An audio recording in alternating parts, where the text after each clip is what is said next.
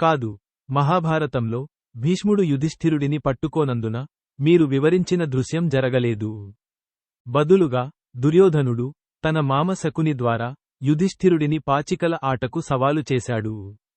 యుధిష్ఠిరుడు జూదం ఆడి సర్వస్వం కోల్పోయాడు.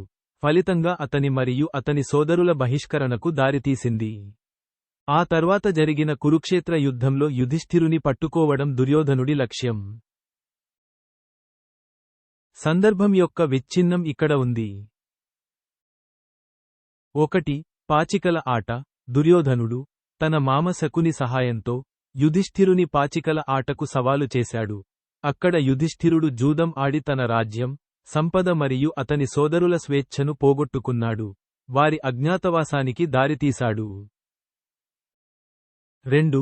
దుర్యోధనుని లక్ష్యం పాండవులను మరో అజ్ఞాతవాసానికి పంపడం ద్వారా యుద్ధం ముగుస్తుందని ఆశించి, దుర్యోధనుడు యుధిష్ఠిరుని మరొక జూదానికి బలవంతంగా పట్టుకోవాలని లక్ష్యంగా పెట్టుకున్నాడు. 3. భీష్ముని పాత్ర.